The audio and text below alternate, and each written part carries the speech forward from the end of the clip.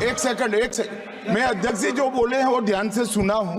उन्होंने 72 के बाहर जाने का नहीं कहा है। माननीय सदस्य मनीष तिवारी ने 72 का हवाला देकर जो विचार व्यक्त किए हैं और जो विरोध किया है, इस पर सदन का कोई भी सदस्य अपने विचार रख सकता है। कांग्रेस पार्टी में विचार रख सकता है मतलब विरोध ही करना है, मगर विचार व्यक्त कर सकते हैं इसका मतलब होता है पक्ष में भी बोल सकते हैं। आदरणीय गृह मंत्री को मैं यही कहना चाहूंगा कि अगर कोई पार्टी इसका समर्थन करना भी चाहे तो भी वो समर्थन 72 पे ही रह सकता है। जनरल वो चर्चा में नहीं ला सकते समर्थन के लिए। यहाँ पे जो मुद्दा उठाया है कि चुनाव आयोग का ये जो खर्च है कम करना चाहते हैं, चुनाव आयोग के खुद उन्होंने कबूल किया है कि 2014 के चुनाव आयोग में कितना पैसा खर्च हुआ, लगभग 3,700 करोड़। ये 3,700 करोड़ के लिए ऐसा एक गैर संवैधानिक कानून ये लाए हैं, ये पूरी तरीके से तथ्य के खिलाफ है। हम ये चोरी नहीं होने देंगे और हम बिल का विरोध करते हैं। इस बिल को जेपीसी में भेजा जाए। आप गौरव गोगे जी तो के बाहर जा सकते हैं, मतलब धन्यवाद सर। ये लेकिन हाँ भी जा सकते हैं, वो तो पूछ रहे। एक सेकंड मैं अध्यक्ष जी जो बोले हैं वो ध्यान से सुना हूं। उन्होंने 72 के बाहर जाने का नहीं कहा है। उन्होंने कहा कि माननीय सदस्य मनीष तिवारी ने 72 का हवाला देकर जो विचार व्यक्त किए हैं और जो विरोध किया है, इस पर सदन का कोई भी सदस्य अपने विचार रख सकता है। अब कांग्रेस पार्टी में विचार रख सकता है मतलब विरोध ही करना है, मगर विचार व्यक्त कर सकते हैं इसका मतलब होता है पक्ष में भी बोल सकते हैं। नहीं, मैं संक्षेप में आदरणीय गृह मंत्री को मैं यही कहना चाहूंगा कि अगर कोई पार्टी इसका समर्थन करना भी चाहे तो भी वो समर्थन 72 पे ही रह सकता है। जनरल वो चर्चा में नहीं ला सकते समर्थन के लिए।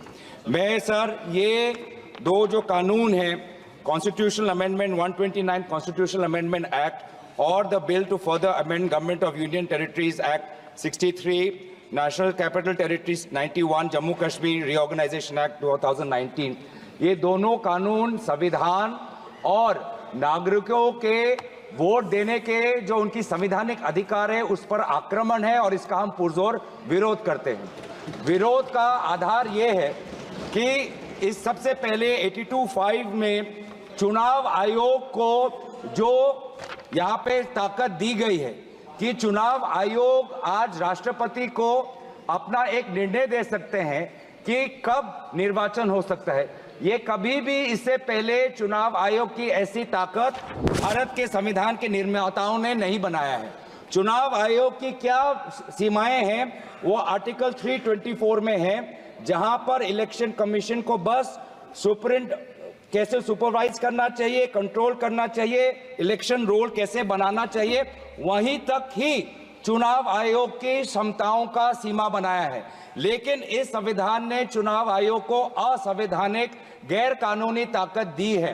राष्ट्रपति अगर कोई परामर्श लेते हैं तो सिर्फ काउंसिल ऑफ मिनिस्टर से परामर्श लेते हैं, वो कभी भी वो चुनाव आयोग से परामर्श नहीं लेते हैं। ये एक गैर संवैधानिक इन्होंने एक ढांचा बनाया है। राष्ट्रपति जी अगर काउंसिल ऑफ मिनिस्टर्स की एडवाइस लेते हैं 74, जो article 74 of constitution of India में है, या वो article 356 of constitution of India, वो सिर्फ गवर्नर के रिकमेंडेशन पे ले सकते हैं। 356 गवर्नर के रिकमेंडेशन पे या 74 के अनुसार काउंसिल ऑफ मिनिस्टर्स के रिकमेंडेशन में। ये पहली बार ये एक ऐसा कानून लाए हैं कि राष्ट्रपति अब चुनाव आयोग के भी रिकमेंडेशन पर एक निर्णय ले सकते हैं। ये पूरी तरीके से इसका विरोध करते हैं। चुनाव आयोग में किस प्रकार से कमिश्नर्स नियुक्त होते हैं, नहीं होते, सुप्रीम कोर्ट की भूमिका रहती है, हटाई जाती है, उस पर हम बाद में चर्चा करेंगे। दूसरी बात यह है कि संविधान के बेसिक स्ट्रक्चर में एग्जीक्यूटिव, लेजिस्लेटिव और जुडिशरी के बीच में संतुलन हो, उसका भी विवरण है। आज इस बिल के द्वारा आदरणीय राष्ट्रपति जी को ज्यादा शक्ति दिया गया है कि वो अपने सुपरिंटेंडेंट से एक नए 82A के द्वारा अब वो विधानसभाओं को भंग कर सकती है। ये एक्सेसिव पावर इस बिल में चुनाव आयोग को भी दिया गया है और राष्ट्रपति जी को भी दिया गया है। और यहाँ पे जो संक्षिप्त में। मुद्दा उठाया है कि चुनाव आयोग का ये जो खर्च है कम करना चाहते हैं, चुनाव आयोग के खुद उन्होंने कबूल किया है कि 2014 की चुनाव आयोग में कितना पैसा खर्च हुआ, लगभग 3,700 करोड़। ये 3,700 करोड़ के लिए ऐसा एक गैर संवैधानिक कानून ये लाए हैं, ये पूरी तरीके से तथ्य के खिलाफ है। हम दोबारा कहना चाहते हैं कि संविधान और एक नागरिक जो आर्टिकल 14 जो उसको वोट देने का अधिकार देते हैं, वो जब वोट देता है तो हमारे संविधान में लिखा है कि जो 5 ईयर टर्म है, जो 5 ईयर टर्म है आर्टिकल 83(2) में हाउस ऑफ पीपल को और आर्टिकल 172(1) में जो 5 ईयर टर्म है उसके साथ खिलवाड़ नहीं कर सकते। ये एक गलत नीति आयोग के रिपोर्ट के आधार पर ये कहना चाहते हैं कि 5 ईयर टर्म अनिवार्य नहीं है। 5 ईयर टर्म अनिवार्य है, ये नीति आयोग के रिपोर्ट में नहीं जाए। नीति आयोग कोई संवैधानिक कोई बॉडी नहीं है जो इस प्रकार का ये परामर्श दे पाए। तो इसीलिए मैं बस इतना ही कहना चाहूंगा कि ये दोबारा अगर इनको लगता है कि प्रधानमंत्री मोदी जी पर के प्रचार से ये पूरे ये भारत के चुनाव को छीनेंगे, तो हम ये चोरी नहीं होने देंगे और हम बिल का विरोध करते हैं। इस बिल को जेपीसी में भेजा जाए।